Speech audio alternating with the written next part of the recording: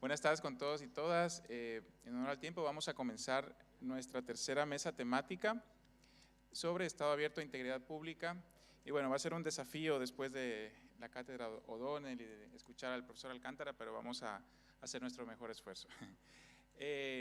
Bueno, nuevamente muchas gracias por permanecer con nosotros hasta este momento y vamos a comenzar esta conversación. Un poco yo quería hacer una introducción porque, bueno, sabemos que estamos hablando de Estado abierto, una nueva forma de gestionar lo público, que está articulada a este modelo de gobernanza o este modelo de gestión pública, ¿no? Como tercera generación, por decirlo así, ¿no? Sabemos que arrancó un poco la administración pública como ciencia hace un poco más de 100 años y la burocracia comenzó un poco a ser disruptiva ya en su época, ¿no? 1922, con Economía y Sociedad del profesor Weber, a dar un poco de respuestas, ¿no? A lo que en ese momento también era un conflicto con este sistema del spoil system, ¿no? El del sistema de botín, que el que llegaba en las elecciones pues arrasaba con lo que podía o con lo que había en el Estado, pero ese orden también en algún momento se comenzó a generar como un problema, ya hablando de la década de los 60, 70 del siglo pasado, porque obviamente el sistema capitalista como tal estaba en un momento de crisis, ¿no? Y con este informe trilateral de los 70 de la crisis de la democracia, ¿no? De Huntington, Crosier y Wakanuki, también se comenzó a ver esas fisuras, ¿no? Del sistema hasta ese momento y trata de un poco solucionar estos problemas de esa coyuntura la nueva gestión pública, ¿no? Un poco la New Public Management, con todo lo que se comenzó a gestar en Inglaterra, como sabemos, y bueno, todo lo que llegó inclusive a nuestros países, y llega esta nueva forma de gestionar lo público como un nuevo paradigma, ¿no? Sobre todo a finales de los 90s, conocido como la gobernanza, ¿no? Y de ahí, bueno, sabemos todo lo que ha venido trabajándose, la famosa gobernanza en red, que también aterriza ya lo que es gobierno Estado abierto, y bueno, lo demás es historia. En ese contexto, acá tengo un panel de lujo, justamente para conversar sobre este tema, ¿no? Entonces, voy a plantearles una pregunta y la pregunta está bastante interesante porque es muy abierta y toca muchos temas, así que la idea es que puedan responderlo desde su arista, de su, digamos, trinchera de trabajo, que además es muy enriquecedora de todos quienes están acá.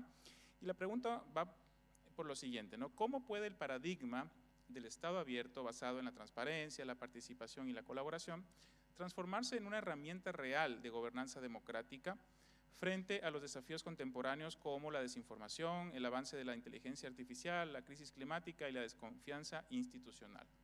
Así que, bueno, vamos a comenzar con mi querido amigo Peter Sharp, experto internacional en justicia abierta, quien nos va a compartir un poco esta visión también desde esa perspectiva. Muchísimas gracias, Guido. Agradecer a todos quienes nos acompañan hasta el final. Yo sé que es un momento de pocas neuronas, pocas mitocondrias y demuestra que somos personas que a veces también nos podemos agotar biológicamente, pero jamás espiritualmente. Quiero partir con una obra, respondiendo a tu pregunta, Guido. El Leviatán y la vorágine, es un libro que Guido me regaló hoy día, cuyo autor es Guido Moncayo Vives, y yo te respondería con lo que tú escribiste.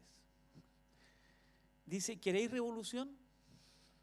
Hacedla primero dentro de vuestras almas.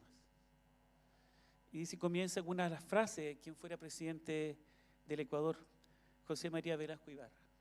¿Queréis revolución? Hacedla primero en vuestras almas. Yo creo que este libro providencialmente hoy día me lo regalaste, comencé a leerlo ahora, y creo que la respuesta está en tu libro. Porque si queremos tener un Estado abierto, debemos tener personas con mentalidad abierta.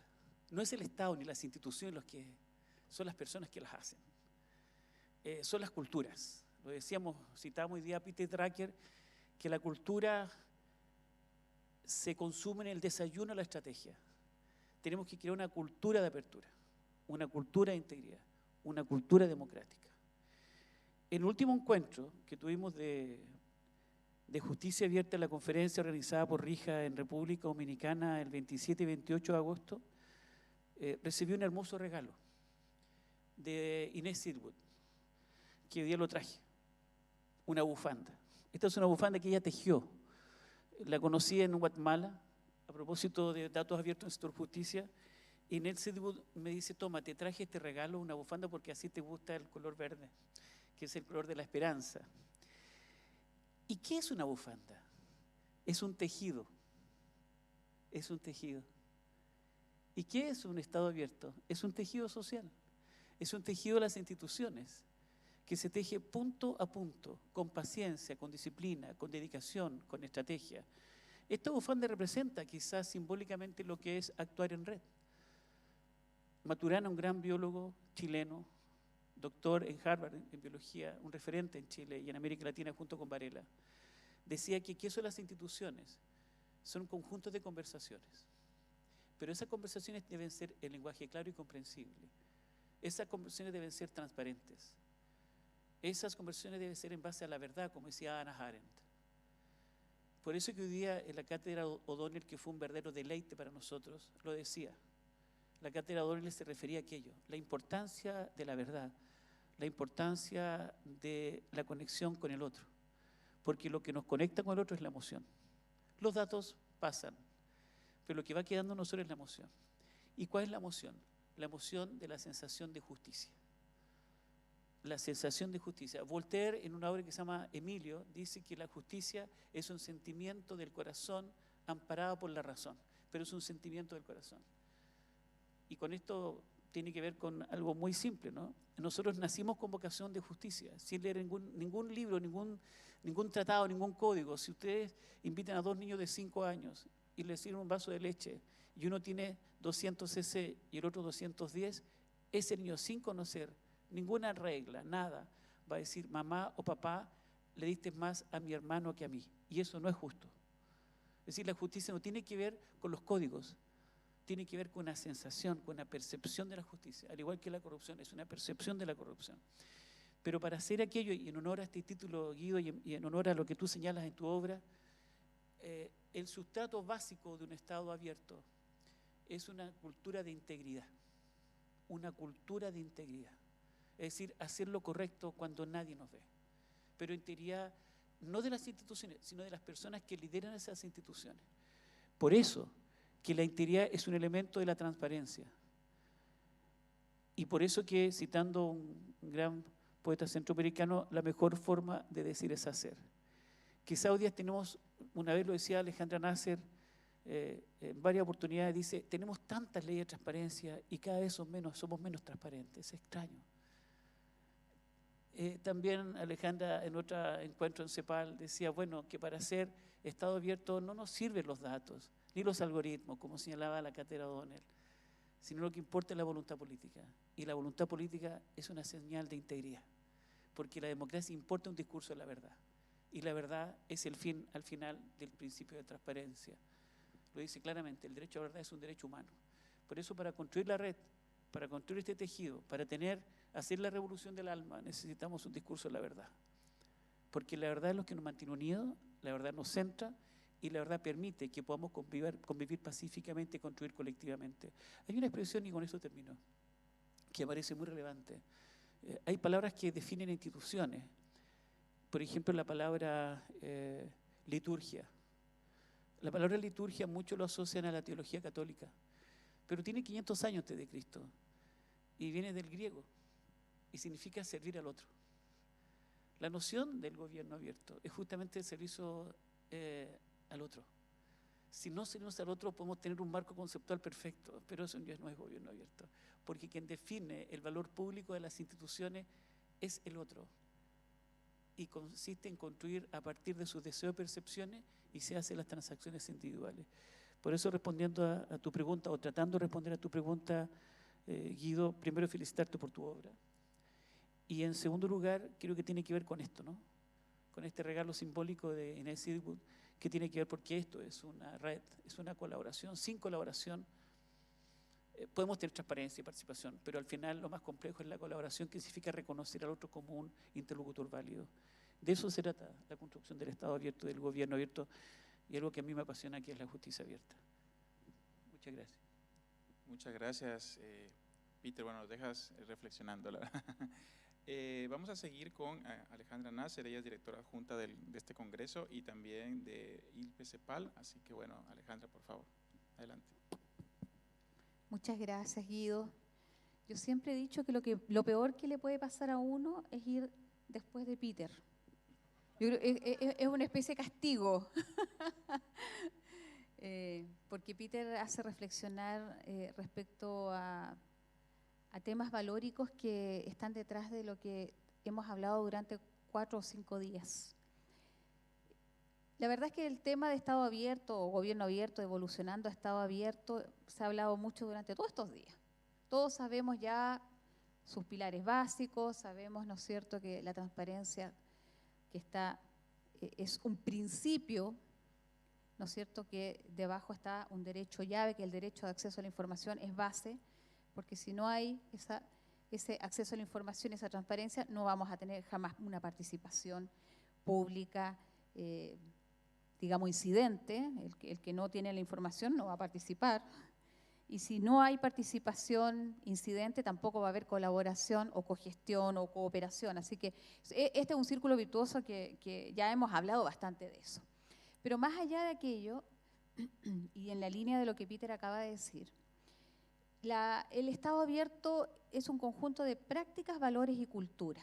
Y creo que por ahí podemos estar de acuerdo en que cuando me refiero a prácticas, tiene que ver con hacer las cosas distintas. O sea, trabajar de manera distinta. El servidor o servidora pública tiene que reconocer, ¿no es cierto?, al ciudadano o ciudadana en que puede tener un acervo de información, de conocimiento que me va a servir en diseñar o codiseñar políticas. Es decir, ya no es un Estado cerrado, arcaico, ¿no es cierto?, tomando decisiones bajo 4 paredes, porque sabemos que ese modelo no sirve. Y ejemplos hay, pero infinidad. Conjunto de prácticas, conjunto de valores, porque tiene que ver justamente con la integridad, con la ética. O sea, aquí hay valores detrás. Recuerdo una vez estaba en México, había mucha gente en un estado de México donde después de dar una charla sobre gobierno abierto, hace más de 10 años atrás, doy espacio para preguntas y una señora levanta la mano y me dice, yo quiero saber cómo hacemos a funcionarios públicos más éticos, con mayor probidad, con mayor integridad. Y yo le dije, señora, es que eso no se hace.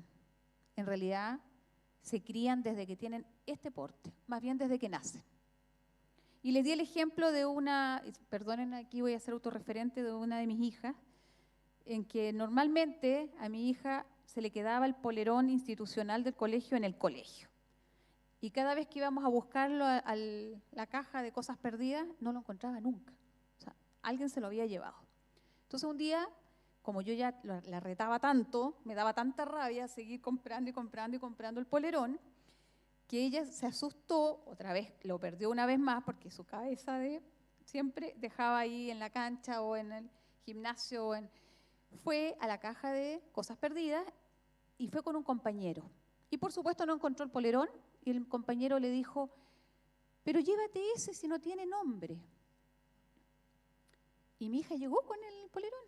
Por supuesto que cuando lo vi me di inmediatamente cuenta que no era el de ella, porque yo además le ponía, no sé cómo después lo borraban, pero no era el de mi hija. Y le dije, vas inmediatamente y lo vas a ir a devolver. Y con una rabia que me dio, mi hija nunca más, o sea, con eso entendió que ella no podía volver con algo que no era suyo. Pero probablemente el compañerito que le incitó a llevarse algo que no era de ninguno de los dos, algún día capaz que si está en el servicio público va a ser un servidor público poco ético. Entonces yo doy ese ejemplo y como que generó algo en las personas que después se me acercaron mucho a decirme gracias, porque de veras que no lo habían pensado así. La ética, la integridad, la probidad, que son parte de los valores del Estado abierto, no se hacen.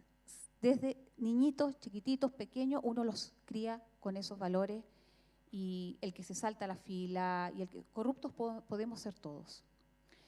Y cultura, porque es una cultura distinta. El Estado abierto tiene que ver con una cultura del trabajar todos por las mismas metas, por los mismos objetivos, en generar valor público de lo que se hace día a día en el Estado. Porque el Estado somos todos. Nosotros pagamos impuestos, los servidores públicos, las instituciones los administran, pero finalmente es para los fines que todos necesitamos, mejorar la calidad de vida de las personas, especialmente los más vulnerables. Entonces, cuando hablamos de Estado abierto, es este conjunto enmarañado de prácticas, valores y cultura que me parece que son las que van a hacer el cambio y son las que definitivamente necesitamos en un mundo complejo, en un mundo absolutamente polarizado, en un mundo con geopolítica. Bueno, ya sabemos lo que está pasando, ¿no es cierto?, con la guerra ruso-ucraniana, con el conflicto en Gaza, bueno, no tengo para qué decirlo más, pero en un mundo que está difícil necesitamos tener esa ecuación de prácticas, valores y cultura que conforman un Estado abierto y que son las que van a hoy necesariamente cambiar la forma de hacer política pública para mejorar y ser más eficiente, más eficaz. Así que yo me quedo por acá. Muchísimas gracias, Alejandra. Y sí, bueno, el tema de los valores, ¿no?, los principios, me parece que es el origen de todo, ¿no?, la raíz. Muchas gracias. Seguimos con Daniel Barragán, él es coordinador de RAGA Ecuador y parte del comité organizador de este congreso. Daniel, adelante. Muchas gracias, Guido. Yo me quedé con la referencia que hizo Alejandra de hablar luego de Peter, pero yo añadiría no solo hablar luego de Peter, sino hablar luego de toda una semana en la que hemos estado hablando sobre Estado abierto, gobierno abierto, transparencia, integridad, y que de alguna manera llegamos al fin de esta semana con ese cúmulo de conceptos, de prácticas, de principios, de valores dándonos vueltas en la cabeza. Y es de alguna manera complicado tratar de dar una respuesta corta, tal vez sencilla, de cómo, ¿no? Lo que tú nos preguntas, Guido. Y tal vez la respuesta más sencilla para mí es algo que se mencionó justamente en el panel de comentario de la Cátedra O'Donnell: poner al ciudadano en el centro. Pero poner al ciudadano en el centro puede sonar retórico, puede sonar algo obvio cuando se está hablando desde el ámbito público, porque de alguna u otra manera toda esa gestión que hace el Estado, debería hacer el Estado, debería a su vez ser en beneficio del ciudadano, de solventar los problemas públicos, y no necesariamente eso es así. Entonces, para que el ciudadano pueda estar en el centro de la gestión pública, pienso que es necesario, y que también se lo ha escuchado durante toda esta semana, que existan una serie de condiciones habilitantes. Alejandra nos hablaba del tema de cultura. Ese es uno de los temas fundamentales, porque no solo hay que cambiar la cultura en las instituciones, en los funcionarios, sino en cada uno de nosotros como ciudadanos, porque a la final no es una relación desde mi punto de vista, sino es una interacción que tiene que hacer el Estado con múltiples actores, incluidos los ciudadanos. Y eso implica no solo el tema cultural, sino el poder contar con estas condiciones habilitantes que yo mencionaba, que pueden pasar desde normativas, desde procedimientos internos, políticas, la voluntad política misma, una serie de recursos, la adaptación a los desarrollos tecnológicos, una serie de factores que pueden estar ahí inmersos y que deben adaptarse también a las características y a las competencias de cada institución. No es una receta que todos pueden seguir por igual, sino es un proceso que las instituciones deben transitar para poder ir adaptando su gestión, la lógica de su gestión, en esta perspectiva de poner al ciudadano en el centro, pero con el mismo ciudadano, ¿no? Que sea un ejercicio de corresponsabilidad también del ciudadano, en el que no solo es el beneficiario, sino que también es parte de la construcción, que se responsabiliza, y eso muchas veces es complejo, porque el ciudadano piensa que es el Estado el que tiene que proveerle, es la obligación del Estado hacer tal o cual cosa, de brindar tal o cual servicio, ¿no? Entonces, creo que es parte también de este transitar en el marco de la democracia, en el que quizá ahora estamos un poco más familiarizados con la democracia más participativa que representativa, y aún así hay muchos ciudadanos que argumentan que para eso eligen autoridades, para que se encarguen y resuelvan los problemas, pero vemos que esa no ha sido tampoco la solución en la práctica. Entonces, parte de este ejercicio del gobierno abierto, que es un ejercicio de largo aliento, no es algo que puede generarnos necesariamente respuestas en el cortísimo plazo, puede abonar en esa senda, ¿no? Entonces creo que por ahí vale la pena mirar esa perspectiva. Y por otro lado también es importante,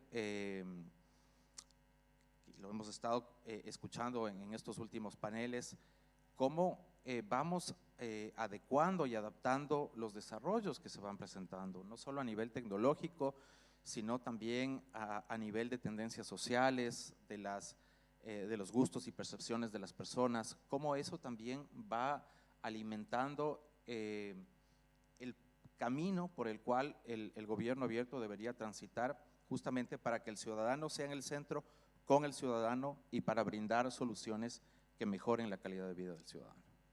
Muchas gracias, Daniel. Esto del valor de la proximidad que le he escuchado a Joan Subirats, por ejemplo, es importante, ¿no? Porque muchas veces los gobiernos tienen una brecha muy grande con sus con ciudadanos, por decirlo así.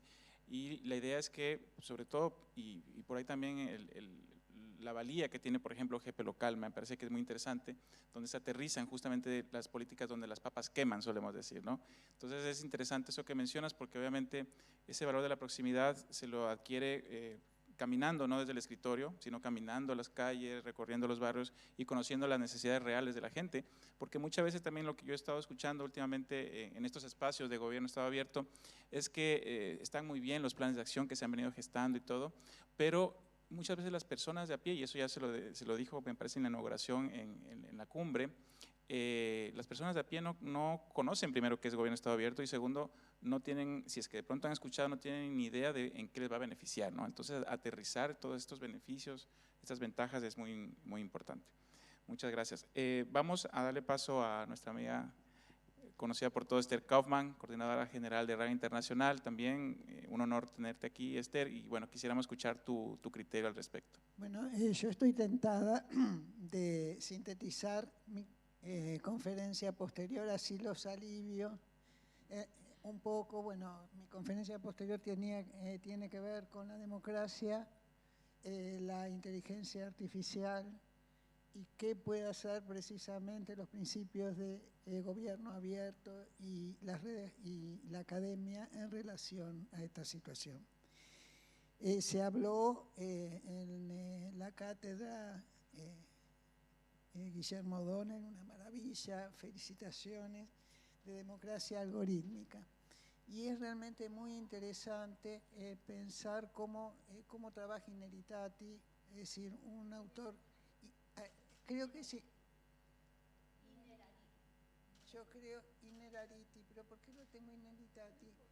Bueno, Inerariti, me corregís, Inerariti. ¿Cómo él plantea cómo funciona la inteligencia artificial en relación a la democracia?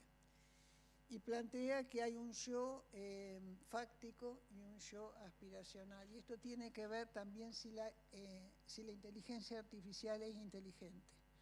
La inteligencia artificial solamente puede procesar datos, puede procesar, es decir, cuantitativamente una serie de herramientas, etcétera, pero lo que no puede es trabajar en la incertidumbre.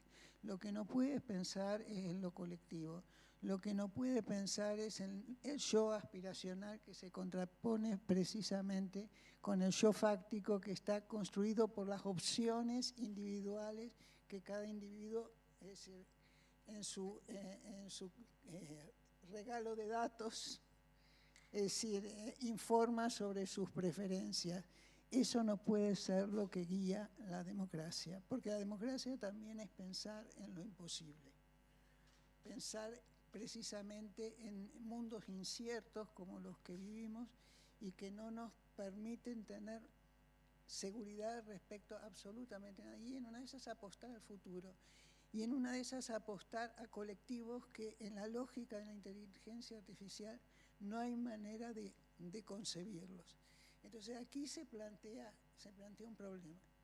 Aquí se plantea un problema. Bueno, esto es la inteligencia artificial, estos son los algoritmos. ¿Tiene necesariamente que ser así?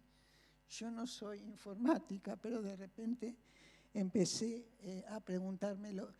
Y hubo una convocatoria de una serie de universidades bajo el lema "Abajo los algoritmos". Abajo los algoritmos. Y yo me quedé azorada. Digo, los algoritmos los hacemos nosotros. ¿Cómo que abajo los algoritmos? Bueno, yo tomo lo que tú decías respecto a la agencia, porque en realidad aquí hay un proceso de reificación, de cosificación, que Marx y Lucas lo investigaba con bastante profundidad, de cómo uno transforma el producto en algo absolutamente exterior al proceso de creación humana que lo genera. Y ahí perdió con el dinero, ahí perdió con todo el mundo de creaciones que se dan a través de la actividad humana. Entonces, la pregunta es, ¿cómo nos apropiamos entonces de los algoritmos? Es decir, yo lo planteo un desafío, tú eres ingeniera, en una de esas me puedes decir que es un disparate, pero tiene que ser necesariamente así. Tiene que inducirnos, por ejemplo, a la confrontación, tienen que inducirnos a la polarización. No hay manera de introducir cuestiones que hagan a la creatividad, es decir, que hagan a pensar posiciones que pueden ser contradictorias. Bueno, la inteligencia humana, Fischer dice, la inteligencia humana es tener un pensamiento y poder pensar lo contrario. Y esto realmente es fundamental. Entonces acá viene, ¿y para qué nos sirve el Estado abierto? ¿Para qué nos sirven los principios de Estado abierto? Es decir, para pensar, por ejemplo, historizar las creaciones, es decir, plantear la co-creación, plantear la participación, plantear la colaboración, pero historizarla, hacer una trazabilidad, introducir la agencia, como tú decías, hacer una genealogía, como habla Foucault, de cómo estos procesos son creados. No es algo neutral e independiente. Intervino tal empresa, intervino tal poder político, intervinieron tales agentes, y entonces esto es un producto generado por determinados intereses. Entonces, ahí aparece un concepto que es importante para el gobierno abierto, que es transparencia algorítmica. Pero nosotros no necesitamos conocer el producto, porque lo vamos a seguir reificando, fetichizando, sino lo que necesitamos es reconstruir ese proceso y decir, es humano, es humano, es humano, es humano. ¿Cómo lo podemos modificar? Y aquí el gobierno abierto es fundamental. ¿Cómo lo podemos modificar? ¿Cómo nos podemos apropiar? Porque además, lo que está pasando es que, bueno, hay una transformación del ser humano impresionante, impresionante. Y este desarrollo loquísimo generado por las propias empresas, los oligopolios tecnológicos de transformaciones digitales, transformaciones que no tienen manera, no tienen ya escala humana. No hay manera de que los hombres se apropien. Están generando otra clase de ser humano y nos están inhibiendo de toda reflexión, de toda capacidad de dar una respuesta.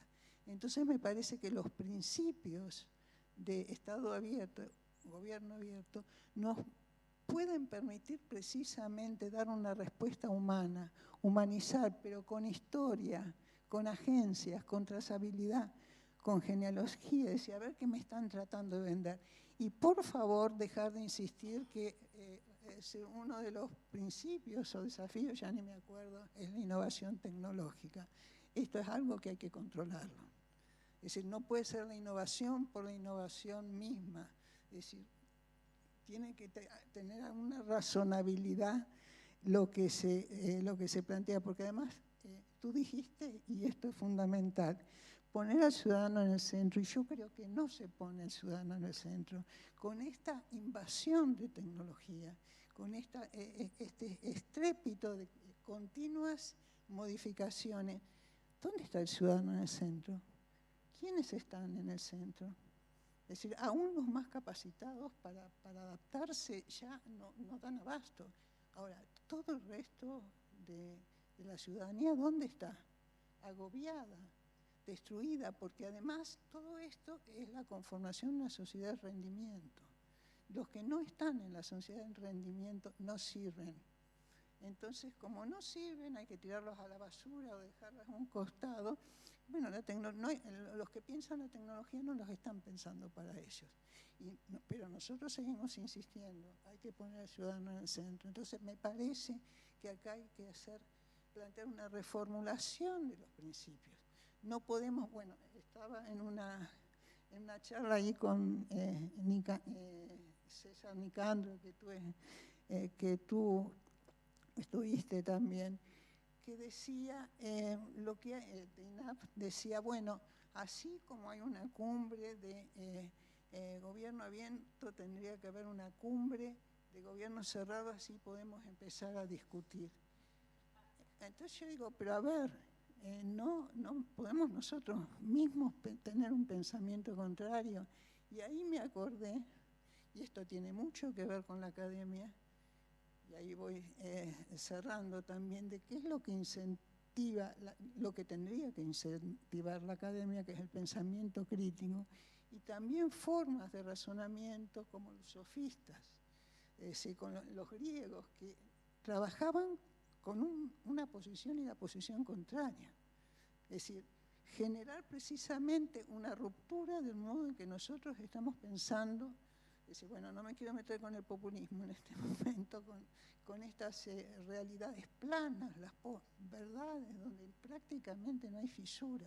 Es decir, también para eso es gobierno abierto, y también para eso es el sector académico. El sector académico tiene que hacer mucho en esto, tiene que generar esa genealogía, por ejemplo, de transformación de transparencia algorítmica. Tiene que generar un pensamiento cuestionador respecto a todas estas producciones. Tiene que incentivar este pensamiento contrario precisamente como para mover la forma en que nosotros concebimos la realidad. Tiene que empezar a trabajar o seguir trabajando interdisciplinariamente precisamente para encontrar cuáles son las evidencias reales y complejas. Tú hablabas de complejidad, bueno, tenemos que abordar la complejidad, y la complejidad es algo que se tiene que abordar desde distintos puntos de vista, pero también con posiciones donde uno está validando lo que sostiene con el pensamiento contrario.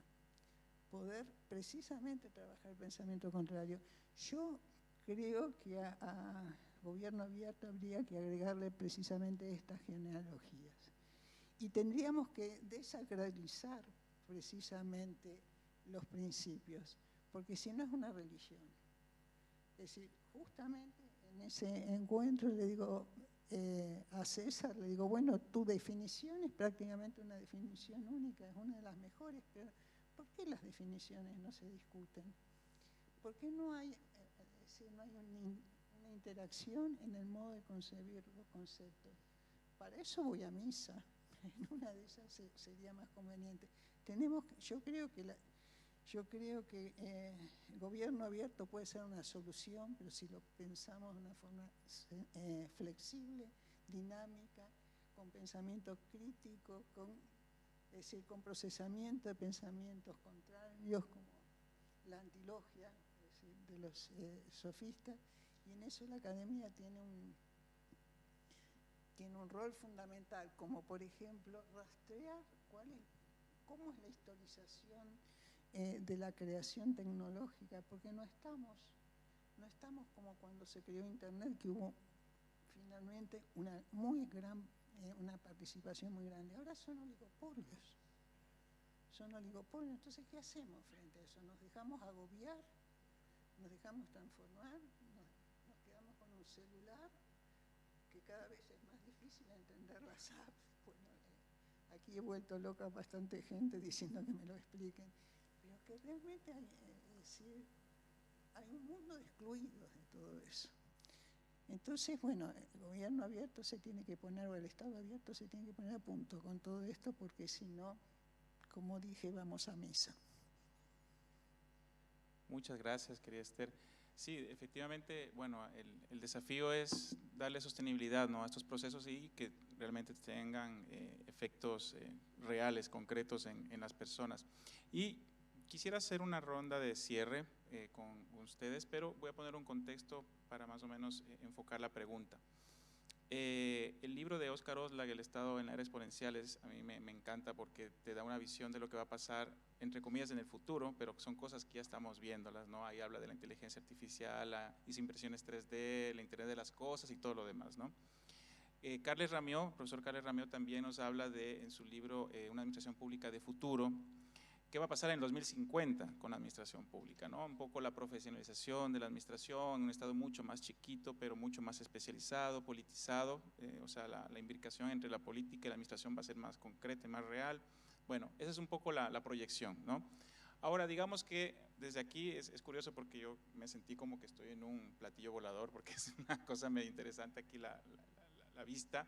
Digamos que este es un platillo volador que nos abducen los marcianos y que nos regresan a la Tierra en el 2050. ¿Cómo creen que van a encontrar al gobierno Estado abierto? ¿Va a seguir siendo lo mismo que hoy? Estamos hablando de 25 años, ¿no?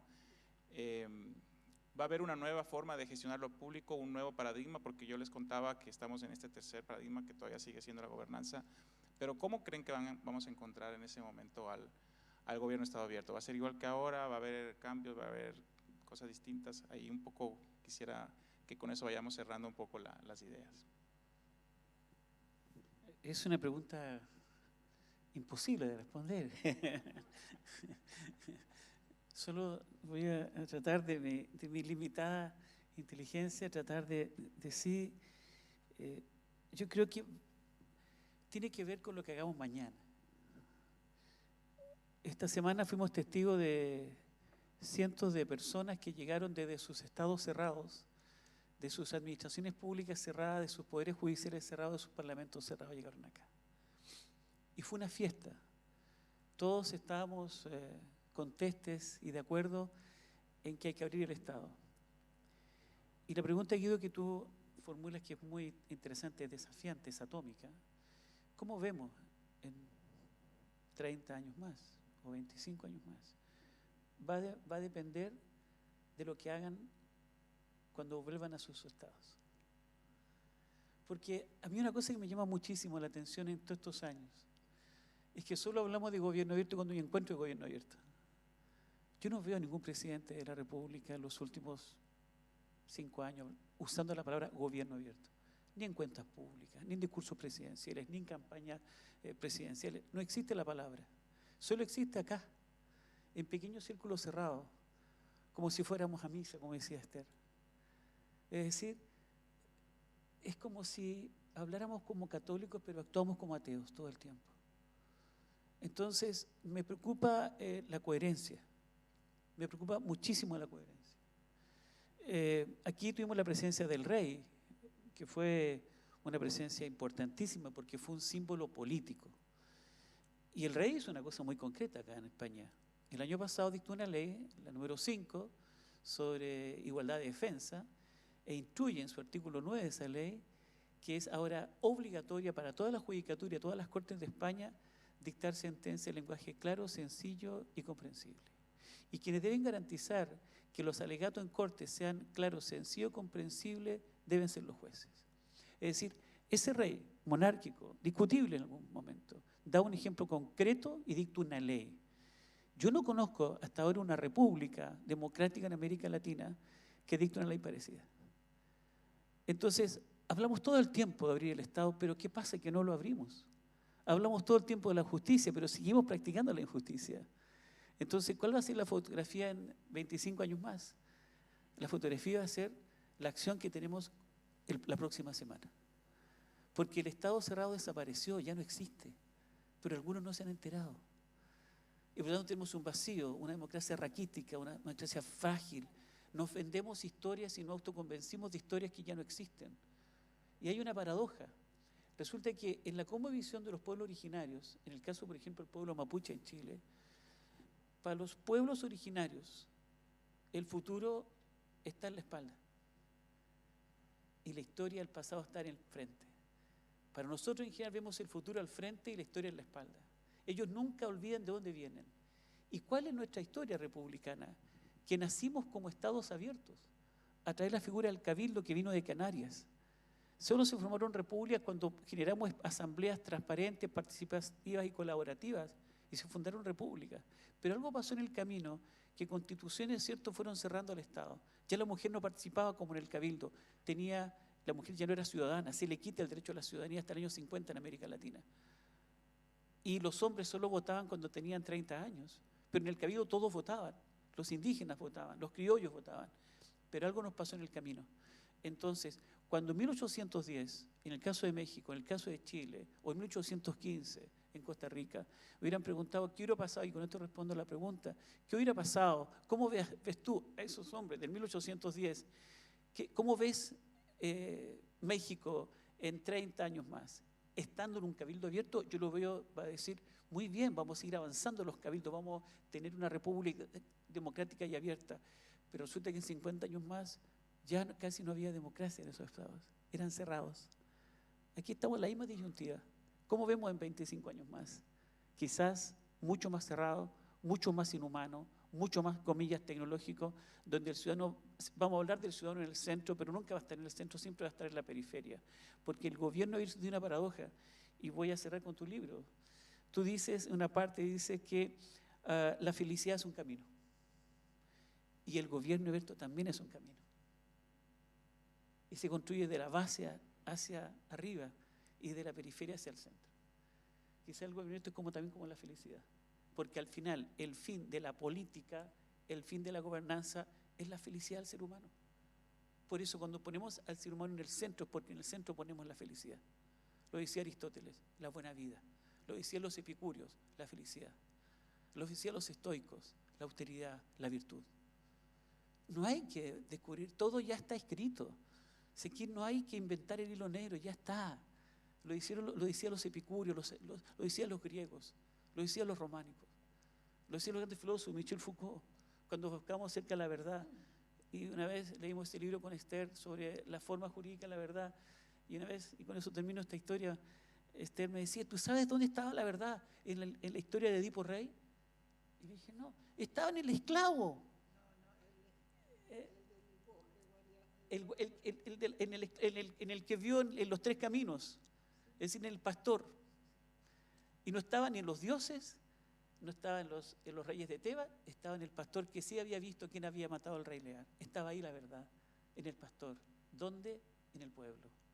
Entonces, quienes llegaron con sus delegaciones estos días, en esta semana, yo solo pido, por favor, que cuando vuelvan a sus gobiernos, hablen de gobierno abierto y practiquen el gobierno abierto. O de lo contrario vamos a tener otro encuentro OGP en 1 o 2 años más y vamos a hablar exactamente lo mismo. ¿Cuántos encuentros OGP hemos tenido y el gobierno sigue siendo cerrado? Es porque alguien no ha hecho bien el trabajo. Para eso se trata. Sigamos peregrinando.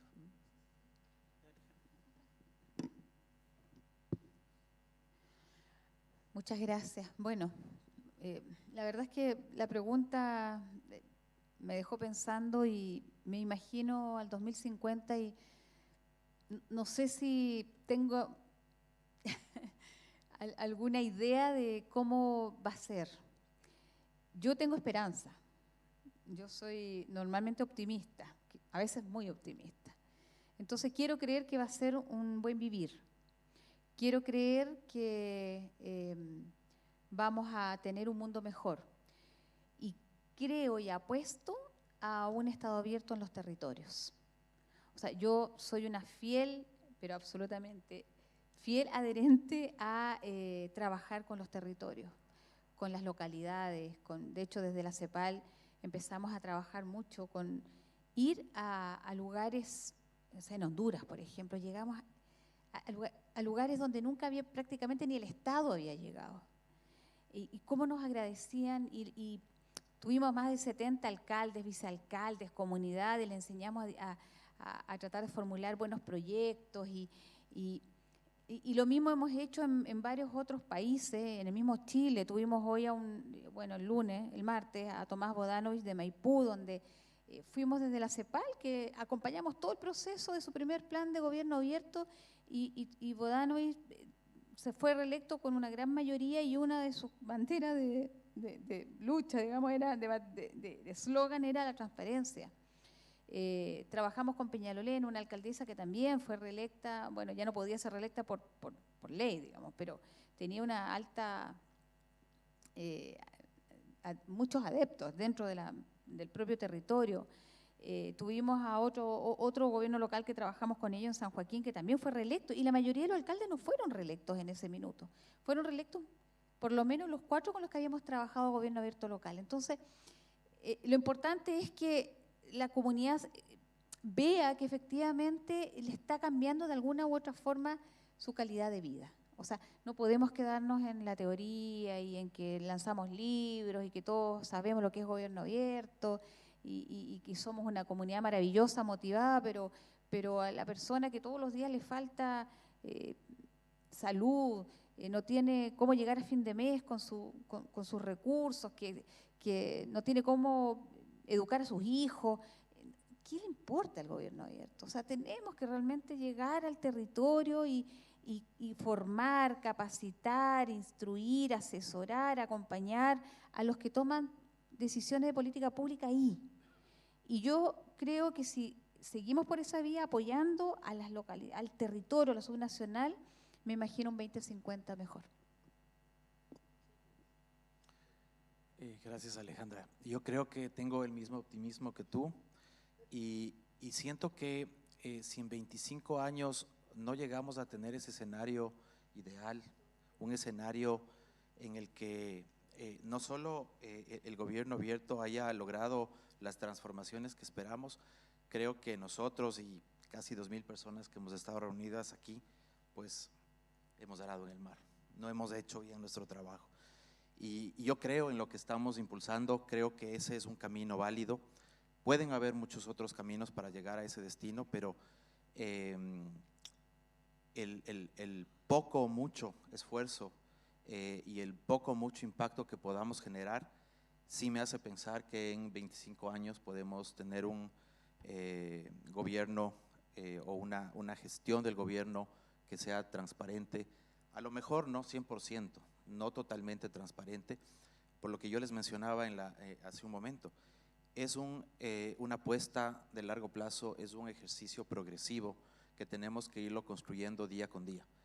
De la noche a la mañana seguramente no van a suceder esos cambios, pero si seguimos apostándole, si seguimos poniendo más esfuerzo, si seguimos sumando voluntades, seguramente vamos a tener un destino mucho más sostenible, un destino mucho más justo, un destino en el que las personas tengan una mayor calidad de vida, unas personas a las que se les haya resuelto los problemas que enfrentan día con día. Y creo que el rey en la clausura hizo una mención que vale la pena rescatarla, y era que hablar de gobierno abierto es hablar de mejorar la calidad de la democracia, y creo que ese es la apuesta y el ejercicio que estamos haciendo para que la democracia en la que queremos vivir pueda seguir siendo fuerte, pueda estar vigorosa y pueda dar las respuestas a las necesidades que tenemos todos como sociedad. Bueno, yo voy a retomar un poquitito lo que estaba hablando antes y voy a tomar también lo de Alejandra, que me parece fantástico, lo del territorio. Por un lado, creo que va a depender si humanizamos o no humanizamos la tecnología. Si nos dejamos arrasar por las decisiones a cajas cerradas muchas veces de los oligopolios, o los abrimos precisamente utilizando principios de Estado abierto o gobierno abierto. Y si registramos los procesos de co-creación, los procesos de participación con apoyo, vuelvo a insistir, del sector académico, que puede hacer mucho por historizar esa genealogía. Por otro lado, yo creo que hay que construir, no reconstruir, porque ya creo que no hay nada que reconstruir prácticamente, porque eso supone, bueno, en esas en algún momento andó, pero hay que ir a los territorios, hay que trabajar con la gente, hay que generarles pensamiento crítico también con ayuda del sector académico, hay que enseñarles a reflexionar, hay que alfabetizarlos para que puedan aprender a distinguir lo que es falso de lo que es verdadero, y que aprendan a identificar sus propios requerimientos para poder plantearlos a las autoridades. Después vendrá el proceso de que las autoridades tienen que entender que tienen que entender. Digamos, este es construir un proceso, porque yo creo que no está dado, que en realidad ha habido dificultades en ese entendimiento. Es bottom-up, es decir, los procesos donde la planificación, la participación se da de arriba para abajo no suelen ser demasiado efectivos. La gente tiene que empezar a decidir qué es lo que necesita, qué es lo que quiere y qué es lo que se puede transformar en políticas públicas, y ahí está toda la ayuda que muchos podemos darle como para formular estas políticas, y después nos juntamos con los funcionarios. En ese sentido, si ese proceso se da, es decir, yo soy optimista. Si seguimos con lo superestructural, no. Es decir, no sé que va a ser una distopía, desgraciadamente. Bueno, muchísimas gracias. Nada más, antes de cerrar, quisiera ver si alguien del público quiere hacer una intervención, tiene alguna consulta. No sé si alguien quisiera. Sí.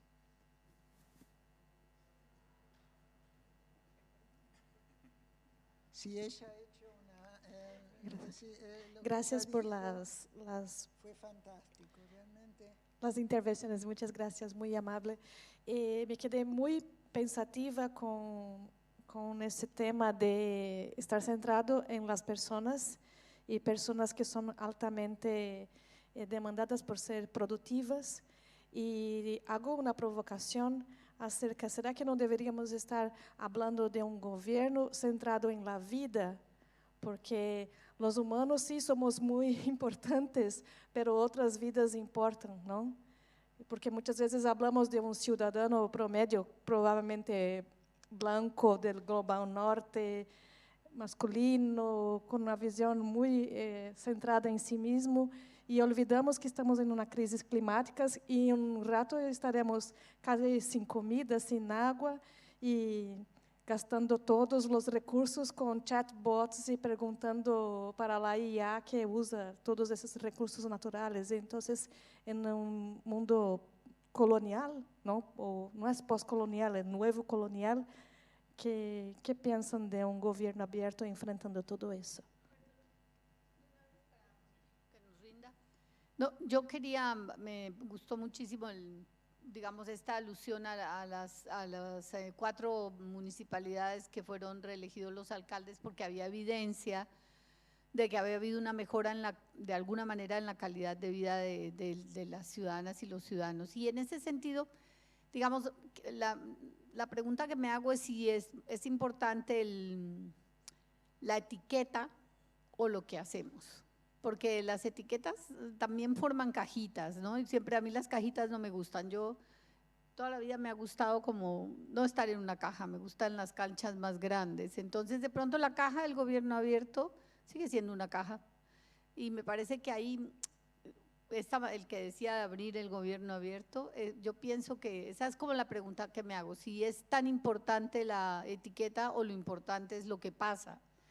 Y en ese sentido también recogiendo la intervención sobre los tejidos, me acordaba también de un pueblo indígena en Centroamérica que trabajando con gobernanza colaborativa, cuando alguien se las fue a explicar, ellos le explicaron que llevaban siglos haciendo, porque los tejidos que ellos hacen son colectivos, es decir, rotan, tienen se me olvidó el nombre, pero tienen, o sea, hacen unos recipientes para hacer mercado que son colectivos, que se tejen colectivamente.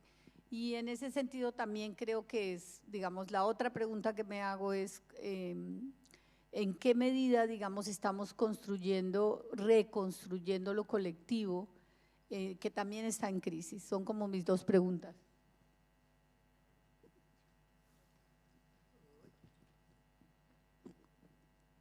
Por un lado, para responder a una inquietud que planteó Esther respecto a los algoritmos. Para mí está claro que sí, que los algoritmos pueden ayudar en procesos participativos, democráticos, etcétera, y pueden también destruir o ayudar a destruir procesos democráticos. El tema que me parece que tenemos bastante gente trabajando con algoritmos bastante complicados y mucha gente en estos ámbitos criticándolos, pero no mucha gente trabajando para construir otros algoritmos. Y me parece que ese es uno de los deberes donde hay que apostar más. No es la única tarea, hay que seguir criticando, hay que seguir generando barreras, políticas públicas que regulen, que protejan, que etcétera. Pero ¿cuál es nuestra inteligencia artificial? ¿La estamos produciendo? ¿Una adecuada para nosotros, producida autónomamente desde el sur? Creo que no. Y creo eso que hace era falta. lo que yo decía, que ¿Sí? fuera producto Entonces, de… me parece que ahí hay una apuesta que sí está faltando, digo, entre los deberes pendientes, entre las cosas que me parece que pasan poco. Hay mucha discusión sobre cómo regular, controlar, etcétera, alfabetizar para que la gente sea crítica, pero también esto.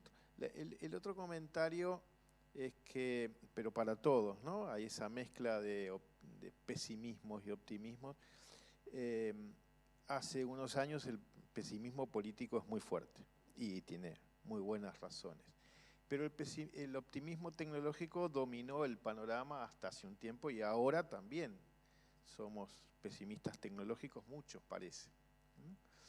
Entonces, me parece que hay que como que articular mejor estas dos cuestiones. Cómo reconstruir o construir algo de los lados luminosos de las tecnologías y de la política que efectivamente no estamos consiguiendo ver. Y en ese terreno me parece muy bueno lo que varios creo que sugirieron.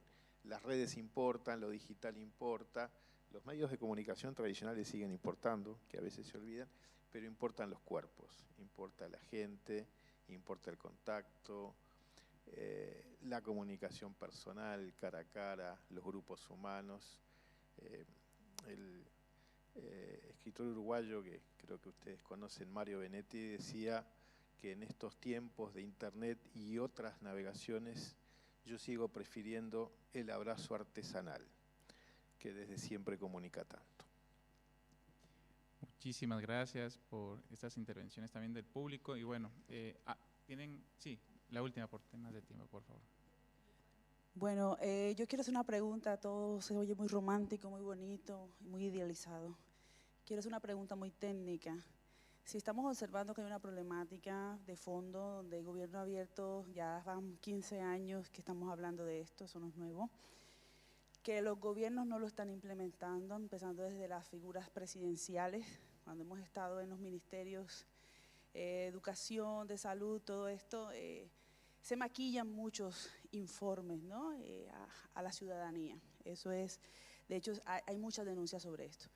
Pero me llama la atención lo que Alejandra estabas hablando de lo infantil. Creo firmemente que todos los procesos de transparencia y honestidad se basan en los valores que los niños desde pequeños, desde su casa y desde todo el escenario escolar se va levantando. O sea, estoy de acuerdo con eso totalmente. Ahora mi pregunta es, desde la CEPAL, desde las organizaciones, ¿se ha hecho algo técnicamente para que los gobiernos puedan implementar esto en las primeras escuelas?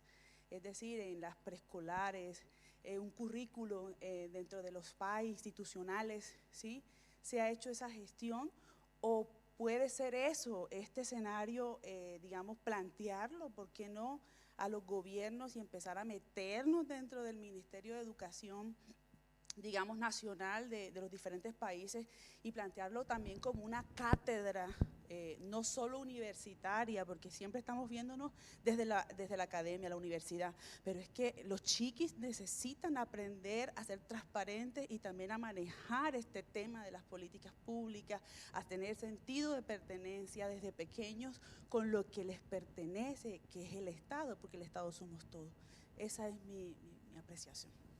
Yo creo que Caprunte puede contestar, ¿no es cierto? No, creo que sí, que hay políticas públicas que se están desarrollando, pero les ha pasado un poco lo mismo que esto que estamos hablando acá. Son muchos años de intentos y demás que terminan por ahora siendo gota en el mar. Eso es lo que suele pasar. Un buen ejemplo creo que es el de Brasil hoy, ¿no? Que está haciendo un esfuerzo muy grande por implementar políticas de educación mediática, informacional. Sí, se ha incorporado, se ha hecho un esfuerzo muy grande y me parece que es una buena cosa. Pero las quejas son parecidas a las que hay acá. En los congresos específicos llevamos muchos años diciendo y no logra terminar realmente de transformar, ¿no? Se construye y se destruye, eso es también una tónica. Y un detalle ahí. Yo me quedé con ganas de discutir con Alejandra un poquito, porque la idea de que, esta idea de que son los niños los que van a cambiar y entonces sí, los niños, eso está en todos los temas, ¿no? En lo ambiental, por ejemplo. Trabajemos con los niños porque ellos son entonces lo que van. Pero los papás seguimos haciendo lo mismo y los niños ven ese ejemplo y no hay manera, no el tuyo. Pero si no trabajamos con los adultos, no, me parece que no hay manera. Y en todo caso es a 25 años. ¡Wow! Creo que no sé. Está bien, pero que no lo traduzcamos, Alejandra, por favor, entonces trabajemos con los niños que dentro de 25 años habrá un cambio. Porque no va a haber así. ¿Puedo decir algo respecto? ¿Tengo derecho a réplica? Sí. Me parece que o no me di a entender bien o capaz que yo esté equivocada. Porque justamente lo que yo dije es que ese es el rol de los padres, los valores.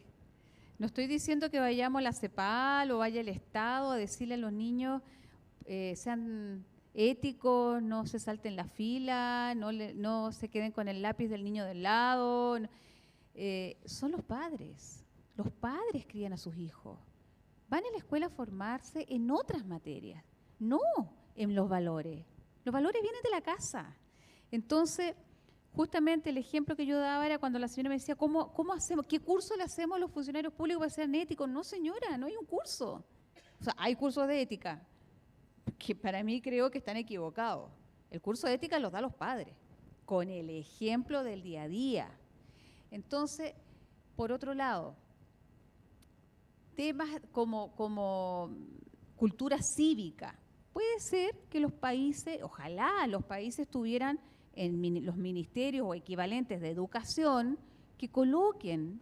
En Chile había, muchos años atrás, una asignatura en el colegio que se llamaba educación cívica, pero para hacer civismo, no para los valores. Son dos cosas totalmente distintas. Son distintas. Una cosa es aprender cultura cívica y entender cómo funciona el Estado, cuáles son mis derechos, cuáles son mis deberes. Y otra cosa muy distinta es aprender a tener valores, honestidad, responsabilidad, y eso viene de la casa. Ahora, la CEPAL trabaja con juventudes. Y en algún minuto, de hecho, en mi división, por alguna razón que nunca entendí cuál, quedamos a cargo una colega y yo de recibir las visitas universitarias y de colegios, porque la CEPAL está en un recinto internacional, por lo menos la sede, que está en Santiago, está en un recinto internacional donde no puede entrar cualquier persona. Y es un edificio que es arquitectónicamente, bueno, un referente mundial y mucha gente, muchos colegios y universidades quieren llevar a alumnos. Y quedamos con una colega a cargo de esas visitas universitarias y de colegio. Y cada vez que iban, lo primero que hacíamos era meterles una charla de gobierno abierto. Los mandábamos con el chip puesto en un lenguaje más cotidiano, en un lenguaje más para jóvenes, y quedaban tan entusiasmados que después muchos de ellos me mandaban sus tesis, o yo hacía de profesora o tutora de tesis en esas materias. O sea, a los jóvenes les importa, ¿sí? Como les importa el cambio climático. O sea, hoy yo diría que la juventud está mucho más involucrada y me falta la palabra, como en engagement, empoderada y con el planeta. O sea, yo veo a mis hijos, a sus compañeros que están mucho más responsables con el planeta de lo que éramos nosotros, o de lo que somos. Porque crecimos en otra época donde la caza submarina por deporte o el botar un papel capaz era normal. Entonces, bueno, me desvío un poco, pero lo que quiero decir es que las responsabilidades personales, como familia, como padres, son nuestras para efectos de valores. Perfecto, bueno, muchísimas gracias. ¿Todavía no? Yo puedo. Sí, yo quiero apelar un poco a un poco la línea que señala también Alejandra. La experiencia de los gobiernos subnacionales, los territorios. Trabajamos con Alejandra, el equipo de CEPAL, en Peñalolén. Peñalolén, el Mapudungún, significa encuentro de hermanos. Fue el primer municipio subnacional en Chile que trabajó una política de acción de gobierno abierto. Fue el primer plan de acción de gobierno abierto. Y lo hicimos en plena pandemia. Y la participación de los funcionarios o de los trabajadores municipales fue altísima, altísima. Y de hecho la asistencia fue del 100%. Lo hicimos virtualmente, de hecho. Y luego cuando inauguramos el plan, estuvimos presencialmente. Pero ya eran los más comprometidos, más bien involucrados, con este proyecto. Pero algo pasa, hay que tener cuidado en esto. Porque la alcaldesa que no pudo reelegirse se fue a otra función dentro del gobierno, subsecretaria de Seguridad, y asumió un nuevo alcalde, pero no siguió el proyecto de gobierno abierto. Ojo en esto. No hay batalla ganada en gobierno abierto, y tampoco perdida. Un segundo fenómeno también, bueno, lo que pasó en Estados Unidos. Barack Obama crea la alianza de gobierno, y mire lo que hace Trump. Creíamos que estaba todo listo. Por eso es que el gobierno no es una meta, es un camino, que tira avances y retrocesos. Otro proceso, que también es la experiencia que en este caminar con los territorios, es la participación de la sociedad civil. Poner en el centro, un poco rescatando lo que dice Giselle, la vida humana. La vida humana. Hay un estado en México que creó una política de justicia abierta. Pero el problema de la política es que hubo poca participación ciudadana. Elaboraron un tremendo proyecto, lo redactaron perfectamente, sin ninguna falta de ortografía. Pero resulta que se murió. Entonces ahora conversaba con ellos esta semana y decía, vamos a tener que hacerlo de nuevo. ¿Por qué? Porque faltó el foco central en el ser humano. Entonces, de eso se trata hoy día, que hay una lección aprendida, pero aquí no hay batalla ganada ni batalla perdida. Es un camino, es un proceso. Y quizás el foco está justamente, y a propósito del título de este panel, tiene que ver con este concepto de integridad. Es decir, la integridad es el sustrato, los valores, esta dirección más que por instrucciones, sino por valores. Este foco puesto en el honor social y en el valor público, en la confianza como elemento del valor público, la excelencia, y además en la excelencia de la calidad de las prestaciones del Estado. ¿Por qué? Porque el Estado es monopolio, y como es monopolio no tiene alternativa que ser de excelencia. Y además las personas quieren resultados. Cuando hay resultados respecto a políticas públicas en general, estamos hablando de un gobierno, digamos, que logra cumplir el objetivo que es el bien común. Es decir, a veces no hay que perder un poco el enfoque en aquello. Y lo otro quizás, y con esto, ya que mi colega uruguayo citó a Mario Benedetti, hay un poema del gobierno abierto, se llama Táctica y Estrategia, ¿no? Que al final la estrategia es que por fin me necesites, pero mi táctica es que escucharte, es hablarte, es que no nos vendamos simulacros, en quedarme en tu recuerdo, no sé con qué pretexto, pero quedarme en tu recuerdo, dice. Pero hay otra figura de un chileno, Maturana, y Maturana hablaba de la autopoiesis. junto con Varela. Y él decía que lo importante acá es la civilización del amor. Es un gobierno abierto, es un gobierno amoroso, porque amor significa ausencia de muerte. Y por lo tanto, el gobierno abierto tiene mucho que ver con algo que dice, pero eso es como suítico. No, tiene que ver con la importancia del amor, con la importancia de la vida, con la ausencia de la muerte. Y el gobierno cerrado es un gobierno que cultiva muchas veces la muerte, y el gobierno abierto sí que cultiva la vida. Y en eso somos tremendamente optimistas. Y si estamos vivos, tenemos esperanza todavía. Listo. Muchísimas gracias a los panelistas, a ustedes por escucharnos y bueno, gracias.